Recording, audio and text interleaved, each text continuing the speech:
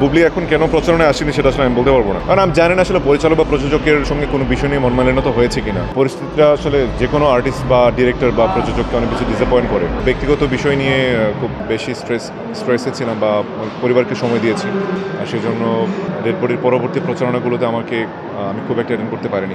এটা কেন ঘটে, মানে যারা ভিকটিম ওরা তো আসলে বুঝতে পারবে না। আমি বলতে পারবো না এটা কেন ঘটে। এখন এমনটা আসলে তো যে কারো ক্ষেত্রে ঘটা উচিত না, কারণ সিনেমা তো সবাই স্বপ্ন নিয়ে বানায়। সেই স্বপ্নের মাঝখানে যদি একটা ব্যাঘাত সৃষ্টি হয়, সেটা সবসময় মানে উৎসাহের যেমন ডিসকারেজ করে সামনে এগিয়ে যেতে। এই পরিস্থিতিটা আসলে যে কোনো আর্টিস্ট বা ডিরেক্টর বা প্রযোজককে অনেক বেশি ডিসঅ্যাপয়েন্ট করে। সো আমি আশা করবো যে নেক্সট টাইমে এই ধরনের বিষয়গুলো কোনো সুবিধা থেকে যেন কেউ বঞ্চিত না হয়, সবাই যেন সমানভাবে বেনিফিটগুলোকে কনজিউম করতে পারে।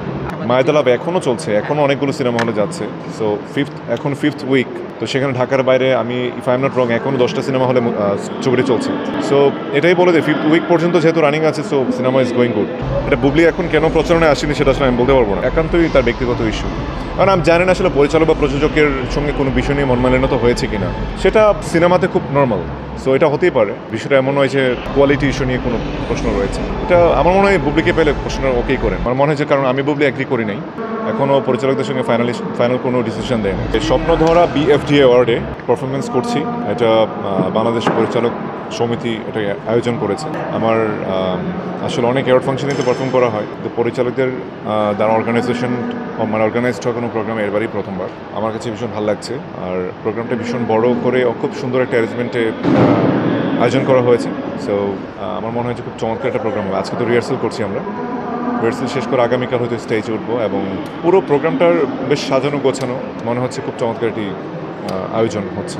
আমি পারফর্ম করছি মন্দিরা চক্রবর্তীর সঙ্গে। মন্দিরার সঙ্গে আমার আগে কখনো কাজ হয়নি, এটাই প্রথমবার।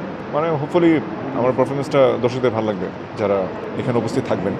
আমার আগামীতে পুলসিরাত সিনেমাটা আসবে, পুলসিরাতের পর জামদানি মুক্তি পাবে, রিভেঞ্জ মুক্তি পাবে, আর আমার প্রেমপুরাণ রয়েছে বেঙ্গল মাল্টিমিডিয়ার। এছাড়া আমার লন্ডন লাভ সিনেমা মুক্তির অপেক্ষায় রয়েছে, বিট্রে আছে মুক্তির অপেক্ষায়, আরও বেশ কিছু সিনেমা রয়েছে যেগুলো মুক্তি পাবে ভেরি সুন। পুলসিরাত ফাইনাল হয়েছে, ইকবাল ভাইয়ের সঙ্গে আমার রিভেঞ্জ নিয়ে কথা হয়নি, মনে হয় দিতে পারে, পসিবিলিটি আছে। তবে পুলসিরাত এখনও ফাইনাল, আমাদের প্রিপারেশন নিচ্ছে আর কি। খুব দ্রুত আমরা পুলসিরাতের প্রচারণায় নামবো।